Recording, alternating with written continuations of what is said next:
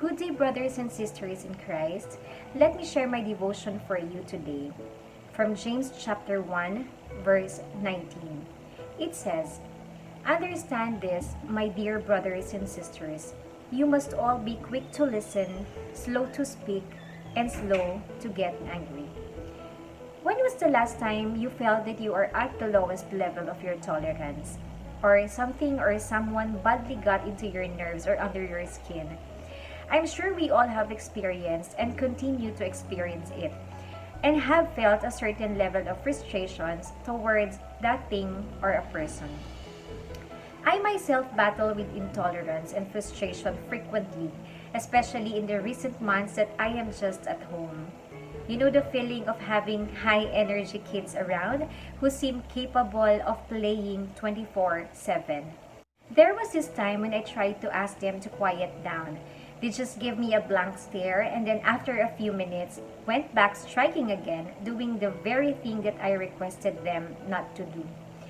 What ran inside my head were thoughts like, if they will not slow down by the time I count to three, I'm going to scream and will not talk to them. I knew I had a choice not to carry it out and just let it stay in my head. But I was defeated and did exactly what my head dictated me. My patience was exhausted. Initially, I had that feeling of righteous anger and believed that I have the right to be angry and ask my kids to say sorry for not listening. After I screamed, I walked away and entered to a room. I sat down and prayed because I also knew that I did something wrong. But there were like arguing voices inside my head, one convincing me that I am justified in behaving so, and the other trying to convince me that I should humbly seek forgiveness. After I prayed, I just stayed inside the room and did not have the energy to talk to anyone or to do anything at all. I grabbed my iPad and came across this verse from James chapter 1, verse 19. "Understand this, my brothers and sisters. You must all be quick to listen, slow to speak, and slow to get angry." In this passage, James was imploring God's people to understand the damage that negative thoughts and emotions can cause. Notice how he says everyone should be slow to speak and slow to anger, leaving no room for excuses or righteous indignation from those who feel they have been wronged. From a worldly perspective, I did have every right to be angry and unforgiving. But from a godly perspective, my anger and unforgiveness held me hostage to a lack of joy. See, I found myself isolated in the room while my kids just continued to have fun. The longer I felt justified in my anger, and the more I held onto it, the stronger a foothold the devil had in my heart, and the tighter the chains became. I realized I'd been living in a state of oppression by the enemy, and it was affecting my every thought and action.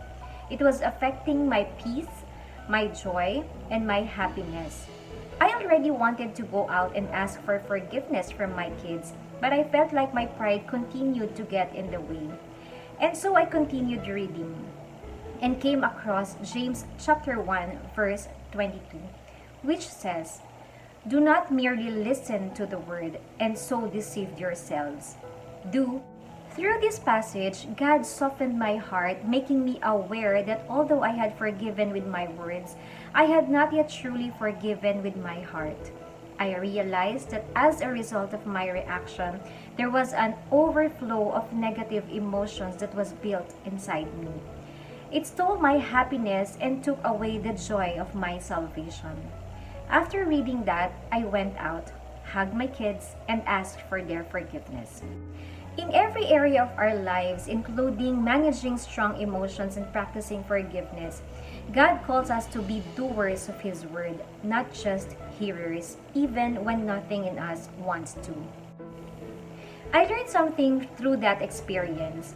Forgiveness has set a prisoner free, and in that situation, the prisoner was me. Forgiveness is a gift we give ourselves, not to our offender. And this gift opens the door to living with joy. Let's ask the Lord forgiveness for harboring anger in our hearts and equip us with the ability to forgive those who have hurt us. Strip our hearts of anger and replace it with joy. So the next time someone or something gets into your nerves, intentionally stare on it. That means keeping your cool, not saying a word, and just smile and loving despite the situation.